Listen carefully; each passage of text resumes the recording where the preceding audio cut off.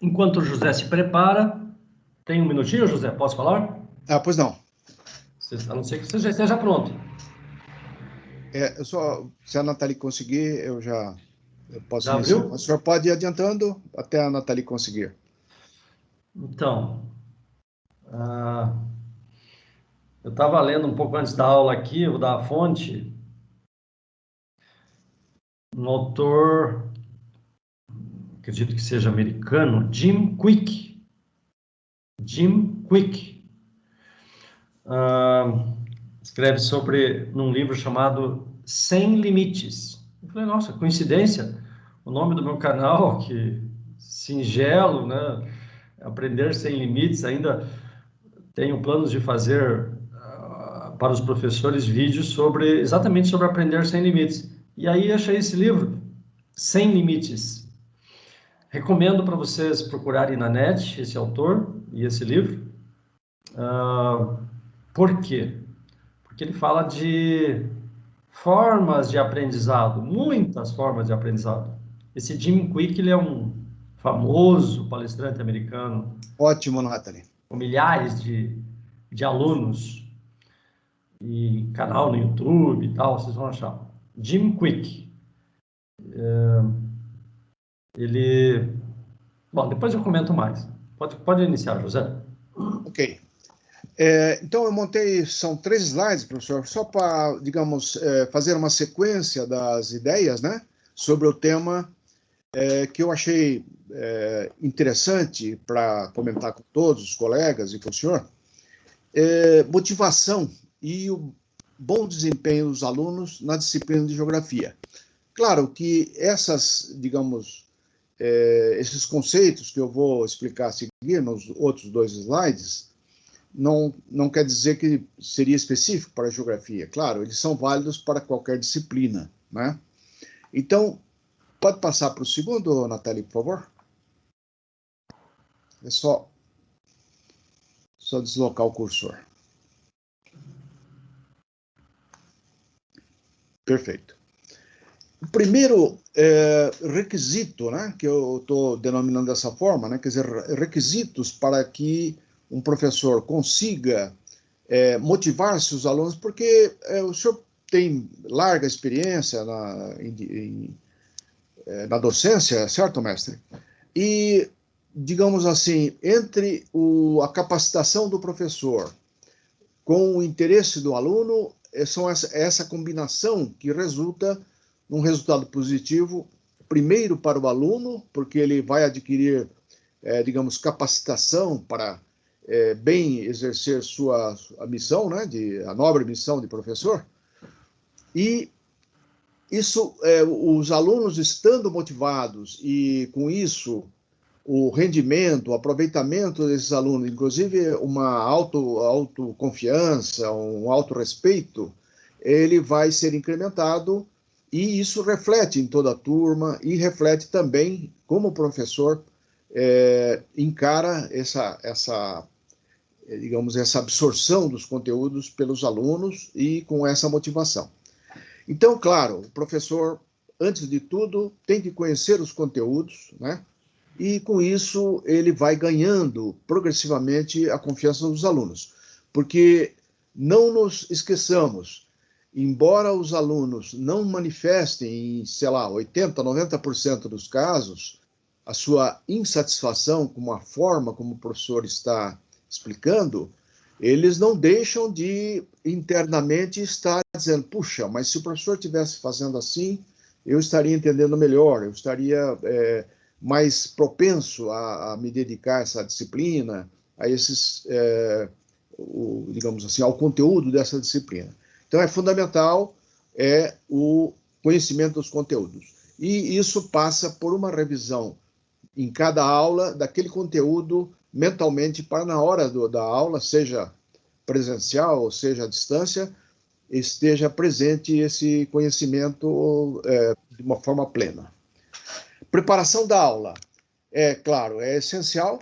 O material tem que ser preparado com cuidado para que seja objetivo. Não, por exemplo, slides com textos é um erro básico em apresentações onde tem slides, né? Não se deve, de forma alguma, colocar textos para, para quem assiste ler o texto. Ou o professor, quem está fazendo a apresentação, prepara tópicos, ou seja, os assuntos que ele vai comentar.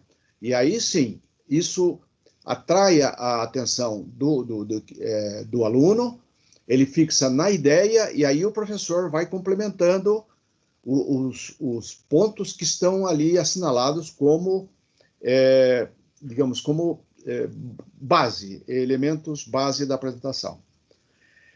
Postura durante a aula. O professor tem que transmitir a condição de calma, com segurança e bom humor. Claro que todo mundo tem momentos que o humor não está bom, mas ele, digamos assim, dentro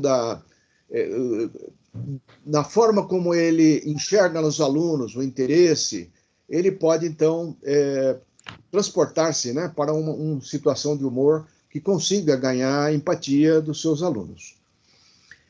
Interação com os alunos. A dinâmica da aula exige uma permanente interação com os alunos. Um dos itens básicos que foi comentado por dois colegas que me antecederam na apresentação na última aula, na última quinta-feira, é a forma do professor interagir na dinâmica da aula, se dirigindo aos alunos pelo seu nome. E aí vem aquele velho conceito, o senhor é um pouco da velha guarda, deve conhecer o famoso palestrante já falecido, os livros deles foram os primeiros considerados de autoajuda, o Dale Carnegie. O senhor já deve ter lido algum livro dele, não?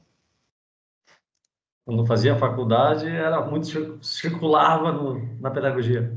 Então, o Dale Carnegie formulou um conceito que aí está não só em um livro dele, em mais de um livro, que ele dizia o seguinte: o nome da pessoa é o som mais maravilhoso que ele ouve na natureza.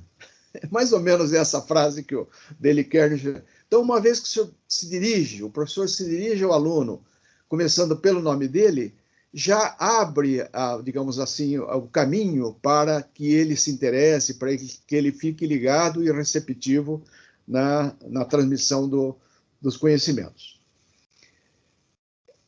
Pode passar para o terceiro, Nathalie, por favor.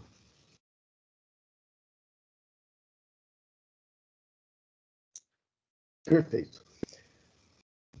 Postura antes das avaliações. O que eu quero expressar aí? Eu acho que, assim, antes de uma avaliação, como é a prova, a famosa prova, né? Quando voltar a aulas presenciais, vão haver avaliações por todas as disciplinas, e é o momento de o professor ficar sabendo de que forma que foi aproveitado o seu conteúdo e fazer a avaliação verdadeira. Porém, eu acho fundamental que antes da avaliação, da prova, o professor faça num horário fora de aula, que aí você vai contemplar exatamente aqueles alunos tal que querem, de fato, não queimar uma aula. Por quê? Porque os conteúdos não são fáceis de encaixar no calendário de aulas. Então, essas revisões, seriam em horários que coincidam da disponibilidade do professor e dos alunos e fazer uma revisão. Por quê? O professor vai ficar satisfeito com o resultado se essa revisão for, de fato, efetiva, for proveitosa para os alunos. Né? Se alguém quiser comentar alguma coisa, pode me interromper, ok? Muito bem. Retorno das avaliações.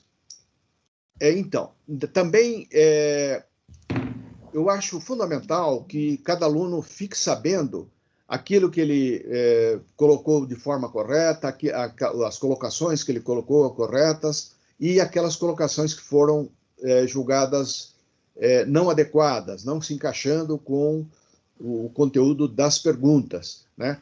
Então, é interessante, o aluno recebe muito bem, ele se sente integrado com o corpo aluno-professor, uma vez que é feito um retorno, não precisa ser coisas demoradas, mas à medida de todas as questões, o cara fica com dúvida como que foi aquela correção da terceira questão.